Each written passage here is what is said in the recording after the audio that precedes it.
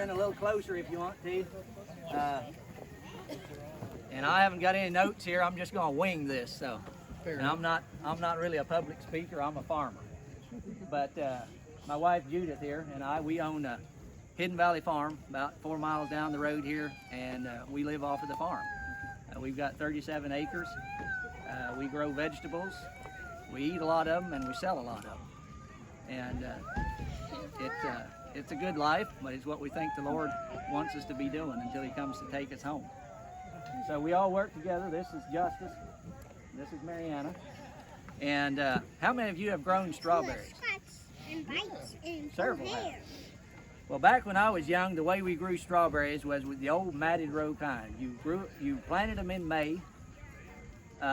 You cultivated, kept the weeds out of there all summer long. It was a big job. And they grew out into a matted row with a little pathway to walk down the middle. My dad hated, I grew up growing produce. He hated strawberries, had to get down there on his knees, had to hunt around in those plants. He didn't grow more than he had to grow. That's the way we knew strawberries up until I was about 20 years old. And then we started hearing about the plasticulture strawberries. There's a lot of different varieties. The main one we grow here is the Chandler. And we started hearing about these plugs you can put down in your black plastic mulch. They grow up in a little bunch. You keep all the runners pinched off, and you can plant them in right now, like September.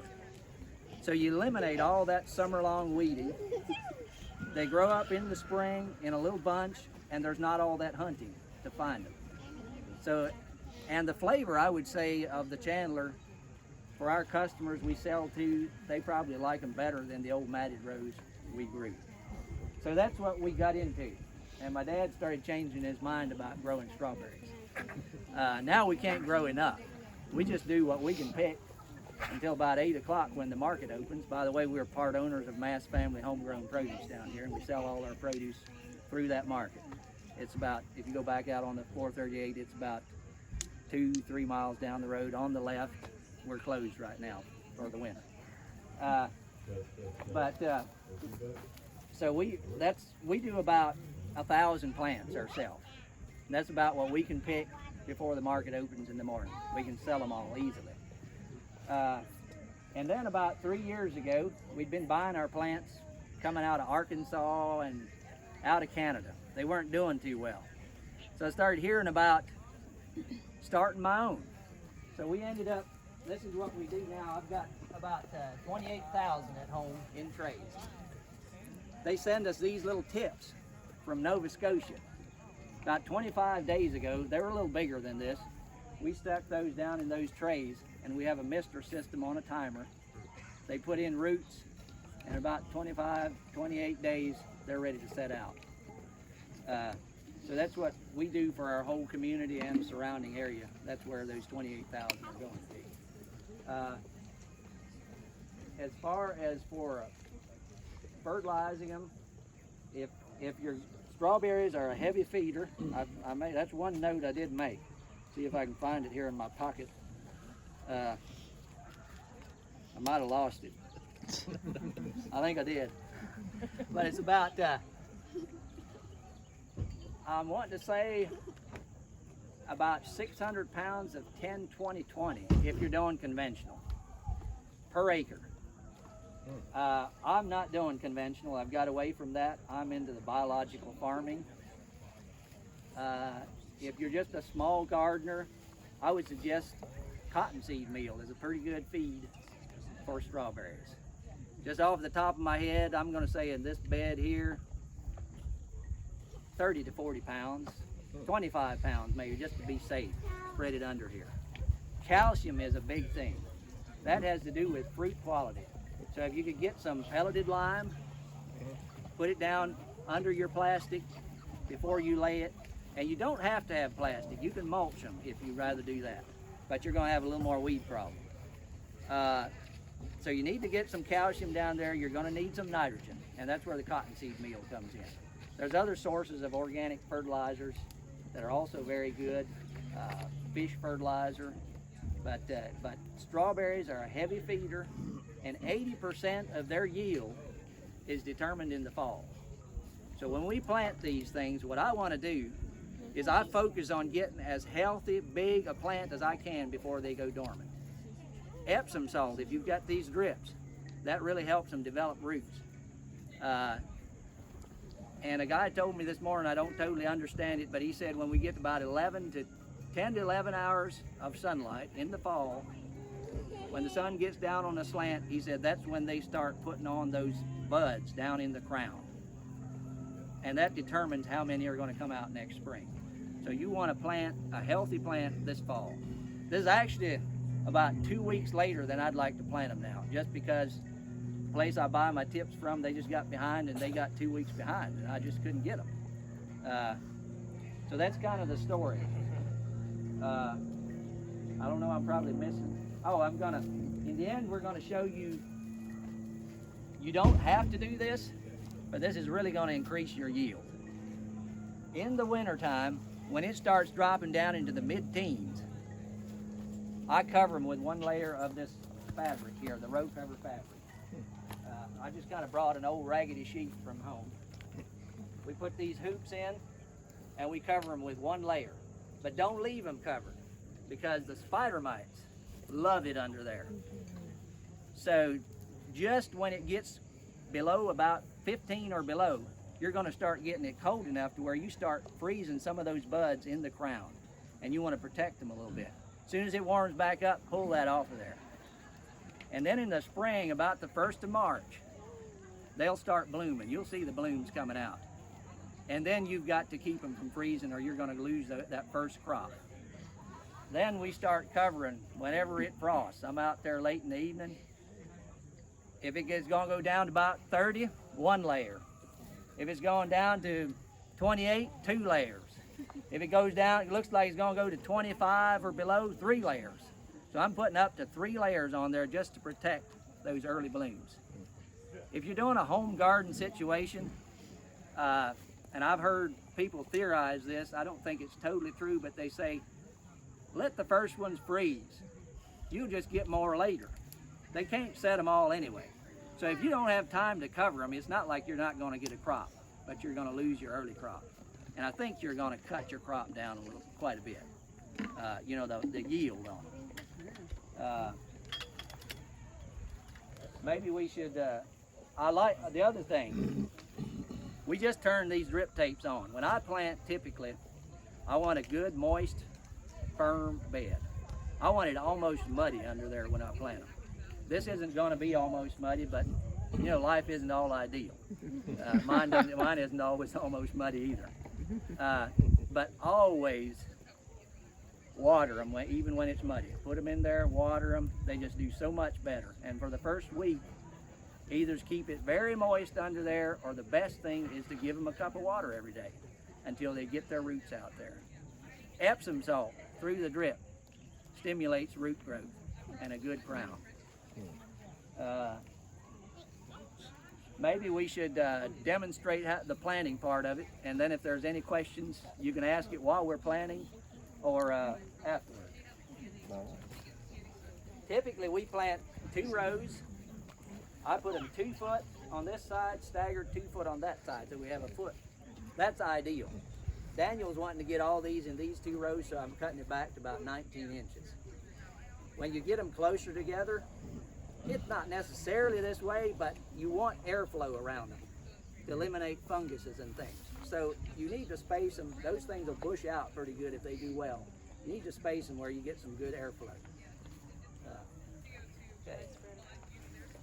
Yeah, why don't you?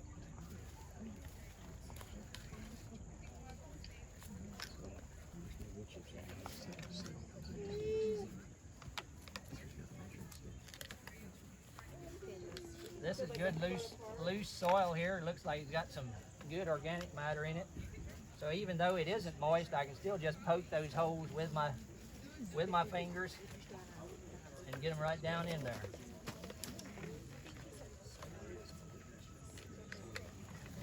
And she's just coming along and putting them halfway in between on that side. In a bigger situation, I have a bicycle wheel with screws poking out. Just roll it down there and marks them.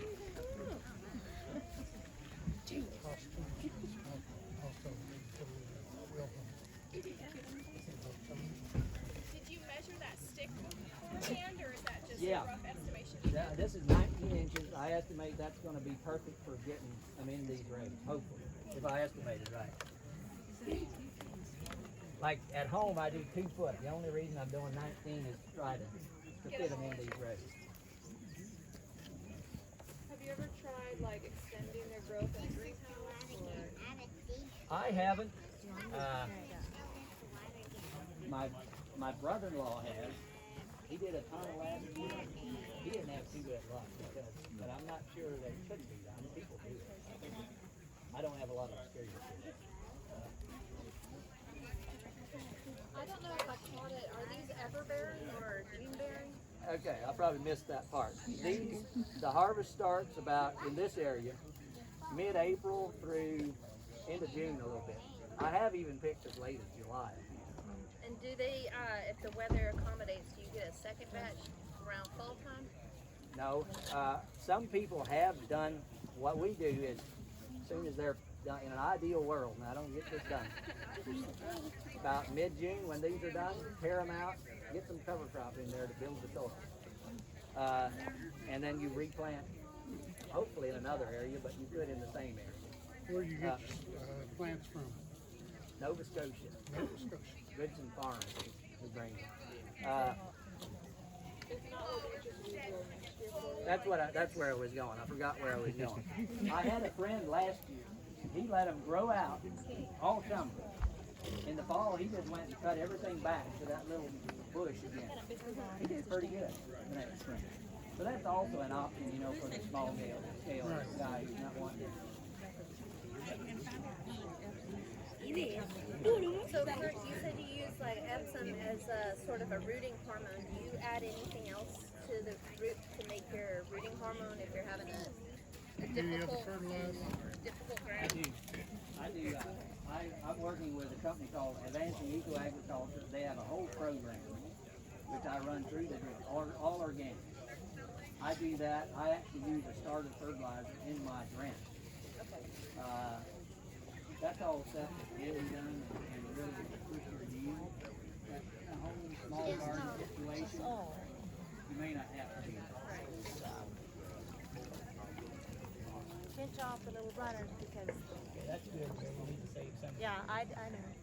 This one you can start and make it. I have another little plant if you want to stick it in somewhere. Yeah.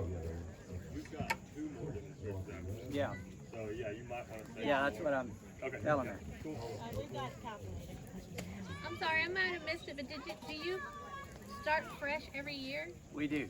Okay. We do, but like I was telling them, some home gardeners don't. Okay. They'll let them.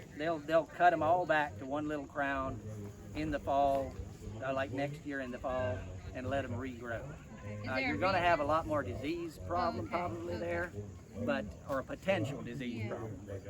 Because they just get... The reason we're getting the tips from Nova Scotia is there's a cool climate, hardly any disease problems. So you don't get your disease carryover from one year to the next. Okay.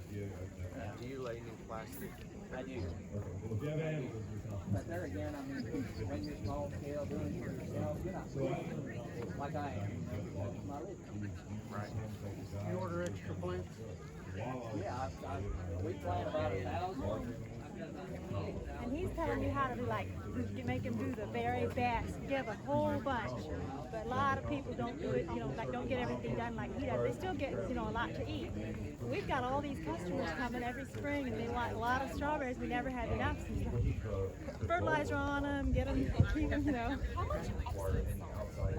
You would have to ask him about the ratios. I do what he tells me to do, but I don't do the fertilizing. So you do new plants every year? Do you? We just do dig out because the old ones and plant in the same place, or a new place every time? Every year, well, we try because of it's like the best way to keep them from getting blight and disease and things. We'll try to stagger it, put it on the other side of the garden, like that, and then we'll get these little tips, just like they come out. The little runners will come out. You can start your own too, but see, in Canada, it's cool, so they do better. Yeah. But if you were just doing a little bit for yourself, you could trim these back and have them save them for next year. Like cut out all the old growth and let the new ones come out. or then buy some. And then what do you do with the new shoes? Do you use those? Since by the time we get these and they come out, we've got the strawberries we need.